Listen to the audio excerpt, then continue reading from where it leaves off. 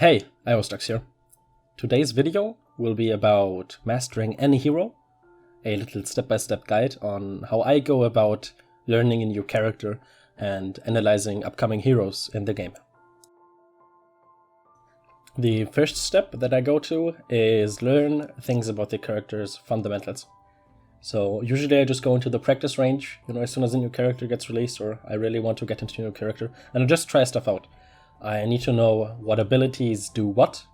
I need to get a feel for their cooldowns, how much damage they deal, how they interact with each other and other abilities. Also, how long they are, for instance, knowing how long Reaper's Wraith form lasts, or how long Zarya's bubble, for instance, lasts, or her ultimate. Also, another important thing is to know how long it takes to charge the ultimate. So usually I just shoot the bots and I count, how many shots I need to land. And that gives me a pretty good feel on, how long it takes to charge a character's ultimate. Next, I need to know how I position myself in games. In this step, you need to ask yourself what kind of positional rules apply. For instance, as the character that you play, should you stand in front of Reinhardt? Maybe behind the DPS? Is it important that you stand in front of the supports? And how do your abilities affect this positioning? For instance, Zarya's shields allow her to stay a bit more forward and she needs to get a feel for this dynamic. Also, do you benefit from high ground and how much should you use it? For instance, characters like Widowmaker or Soldier benefit from high ground, whereas, characters like, for instance, Zenyatta aren't really that dependent on high ground to perform well. And characters like Reinhardt, if they don't have the support, can actually perform worse if they are using high ground. Also, do you deal damage at long range, or do you have a lot of damage fall-off? For instance, characters like Widowmaker excel at long ranges, so the further back they stand, while they can still hit their enemies, the better. But characters like McCree, for instance, or Reaper need to be really, really close, otherwise they deal no damage, either because their shots won't hit, or because the damage fall-off just decreases the damage too much. Also, how does your positioning change based on whether you are attacking or defending, and on the gameplay and the game mode? For instance, on King of the Hill, playing a character is completely different than playing them on, say, 2CP. Also, ask yourself, how reliant are you on health packs? Characters like Roadhog, for instance, can completely ignore health packs. He doesn't really rely on them as much.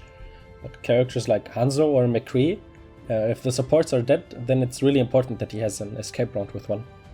Also, do you have any escape abilities? If you have some, for instance, Winston's jump, then it's not really that important that you have a solid escape route. But characters like McCree, for instance, really rely on having an escape route with health packs available.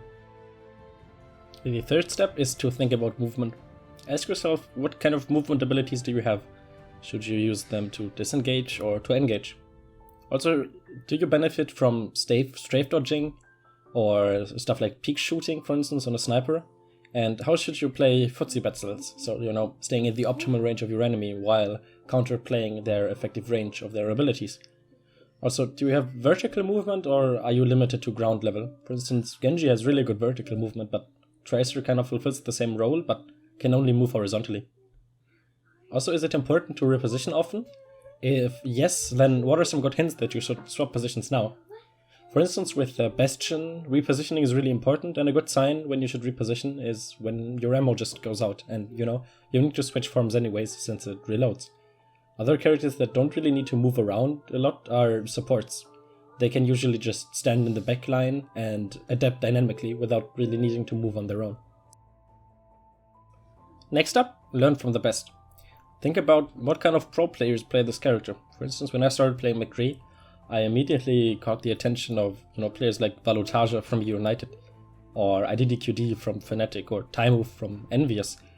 I looked at whether they stream or not. Maybe there are tournament VODs where you can see their player perspective, and maybe some of them have YouTube videos.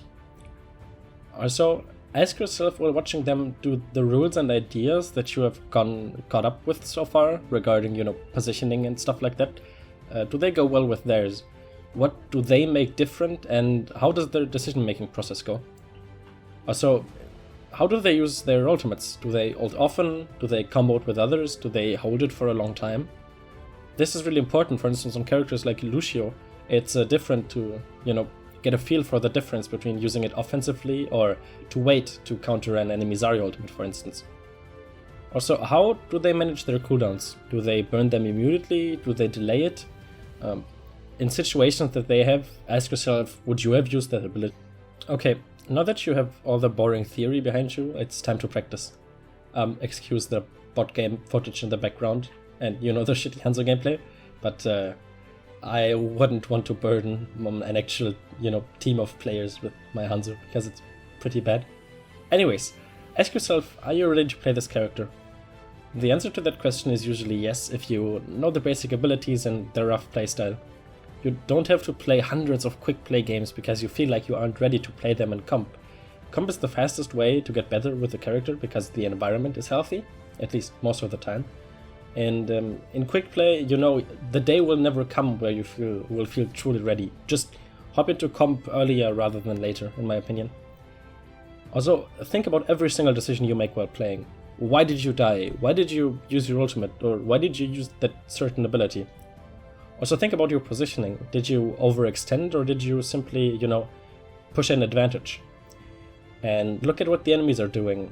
As could you have punished that enemy using your abilities? That's really important. For instance, when I learned McCree, I realized that there were a lot of situations where I could have used my flashbang and gotten an easy kill, but for some reason I held it because I was apparently waiting for a better situation to use it, or because I wanted to cancel an enemy ultimate that I was expecting. And last, but definitely not least, it's actually in my opinion the most important step, reflect on what you did. You need to watch your own VODs if you record them, it's really, really important. And you need to look at the differences between your gameplay compared to the gameplay of the pros that you have watched earlier. Ask yourself the question, why do you think, these differences exist? Sometimes you don't actually need to fix them, because even pros may make mistakes. So think about, did the pro just make a mistake there, or did I? This is really important because it answers the question whether you should fix them enough. Sometimes their reasoning just doesn't apply to the situations in your game. Also, let others see your gameplay. Often a third look can unveil a lot you haven't noticed yourself, especially when looking at VODs. And most importantly, be open. It's completely normal to misunderstand how a hero works at first. It's important that you adapt quickly and learn from it. I hope that this step-by-step guide kind of gave you a good guideline on how you should approach new characters, either already in the game and you want to learn them, to extend your hero pool, or maybe new releases that Blizzard comes up with in the future. My name is Aerostux, and I'd like to thank you for learning.